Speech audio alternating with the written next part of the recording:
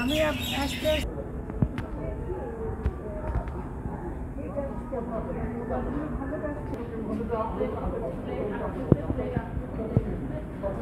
আসলে মানবাধিকার পরিস্থিতি বিভিন্ন সময়ে আমরা বিগত সময়গুলোতে যেভাবে দেখেছি যে সরকারি পৃষ্ঠপোষকতায় এবং যারা ক্ষমতাসীন তাদের পৃষ্ঠপোষকতায় যেভাবে মানবাধিকার লঙ্ঘন হয় এবং অনেকগুলো এমন আছে মানবাধিকার বিষয় যেগুলো স্ট্রাকচারাল মানে একেবারে কাঠামোগত ওগুলো করতে হবে। তো এই যে মানবাধিকার কমিশন আমাদের পক্ষে তখন কাজ করেছে আন্তর্জাতিকভাবে এবং অনেকগুলো প্রতিবেদন তারা করেছে, যার ফলে কিন্তু এই ফ্যাসিস্ট সরকার কিন্তু মানে আন্তর্জাতিকভাবে ডকুমেন্টেড হয়েছে তাদের কাজটা। এখন আগামীতেও এটা তারা যখন অফিস করতে চাচ্ছে এর মানে এই না যে এখন আমাদের মানবাধিকার অবস্থা খারাপ বলে আসতে চাচ্ছে, তা না।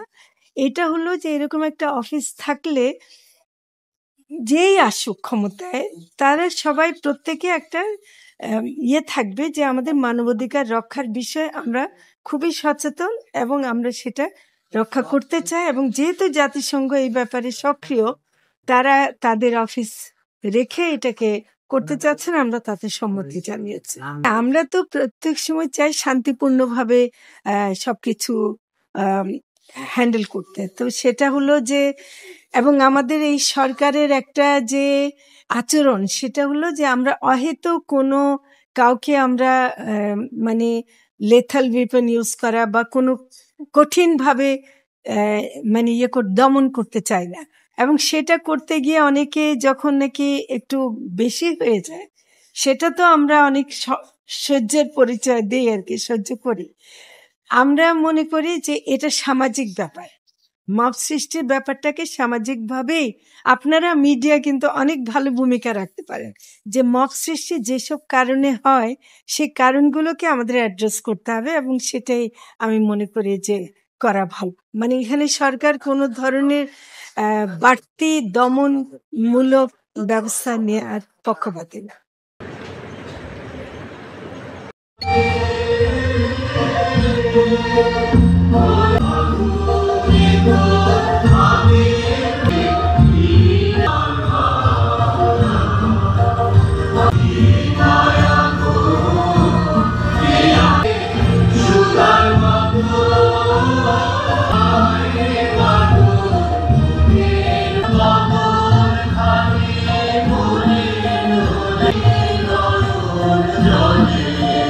নিয়ে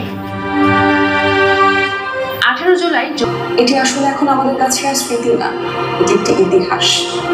যে ইতিহাসটা রচনা দলীয় সরকার যারা ক্ষমতায় বসে আছে তারা কি ন্যায্য দাবির প্রেক্ষিতে আমাদের ছেলে মেয়েগুলোকে নির্বিচারে রাস্তায় ছুটে দিয়েছিল। একজন শিক্ষক হিসেবে আমার মনে হয়েছিল এই আন্দোলনে